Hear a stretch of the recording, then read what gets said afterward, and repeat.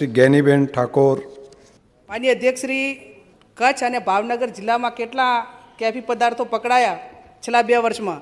જે તે પોલીસ સ્ટેશનમાં હદમાં આવતા આવા પદાર્થો પકડાય ત્યારે ગૃહ વિભાગ મારફત આવા પોલીસ અધિકારીઓ પાછળ શું પગલાં લેવામાં આવ્યા અને પગલાં લેવા માટેના નિયમો શું છે? માનનીય અધ્યક્ષશ્રી, એક તો પકડાયું અને પકડવાની વચ્ચેની જે તફાવત છે એ ચૂંટાયેલા પ્રતિનિધિઓએ તો સમજવી જ જોઈએ. માનનીય અધ્યક્ષશ્રી, પકડાયું એટલે કોઈ સામને જે ડ્રગ્સ મોકલ્યું છે એ ફોન કરીને નથી કીધું કે અમે ડ્રગ્સ મોકલ્યું છે અને પોલીસ પકડી લે. એને પકડ્યું છે.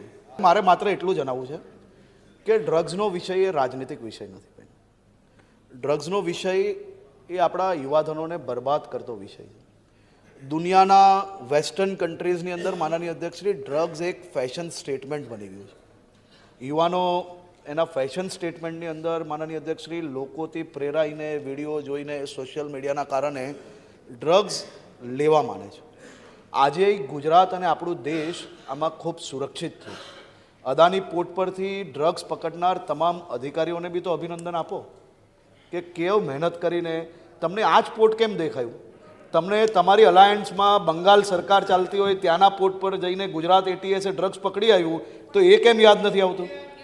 મારું એવું માનવું છે કે ડ્રગ્સનો વિષય એ ખૂબ મોટું સામાજિક દૂષણ છે. આને રાજનીતિક વિષય ક્યારેય ના બનાવવો જોઈએ.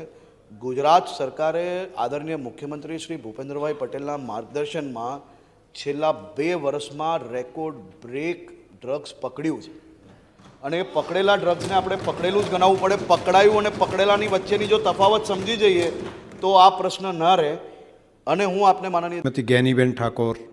માનનીય અધ્યક્ષ શ્રી, જે ખાનગી વીજ કંપનીઓ એ પોતે ખેડૂતોના ખેતરમાં વીજ પોલ ઊભા કરે ત્યારે એના વળતર માટેના ધારાધોરણ અલગ અલગ હોય છે. આ બાબતમાં સરકાર થોડી ચોખવટ કરે તો જેથી કરીને ખેડૂતોને એકાદ બાબતમાં લાભ મળી શકે. વીજ ખરીદીમાંથી વીજ સર્વિસ સુધી પહોંચી ગયું છે. જે રીતે આપણા ભારતમાં રેલવે લાઇન 1853માં નાખવામાં આવી, નેશનલ હાઈવે બનાવવામાં આવ્યા, આ બધા માટે પણ લોકોએ ભોગ આપેલો જ છે. જ્યારે દેશનો વિકાસ થાય, માળખાકીય સુવિધાઓ થાય, ત્યારે આપણે ચોક્કસ રીતે આ બધું ધ્યાન રાખીને જેટલું પણ સમર્પણ થાય એટલું કરવું જોઈએ. એના માટે યોગ્ય વળતર માટેના બધા નિયમો નક્કી જ છે અને એ નિયમો પ્રમાણે જ જંત્રીના દરોમાં જે રીતે વધારો થયો છે તેનાથી આમાં વળતર દરોમાં પણ ઘણો વધારો થયો છે અને તે પણ વિચારણા હેઠળ છે. તમામ માટેના વળતરના દરો એક જ સમાન હટાવી 15% જેટલા કરવામાં આવ્યા છે. માન્ય અમિત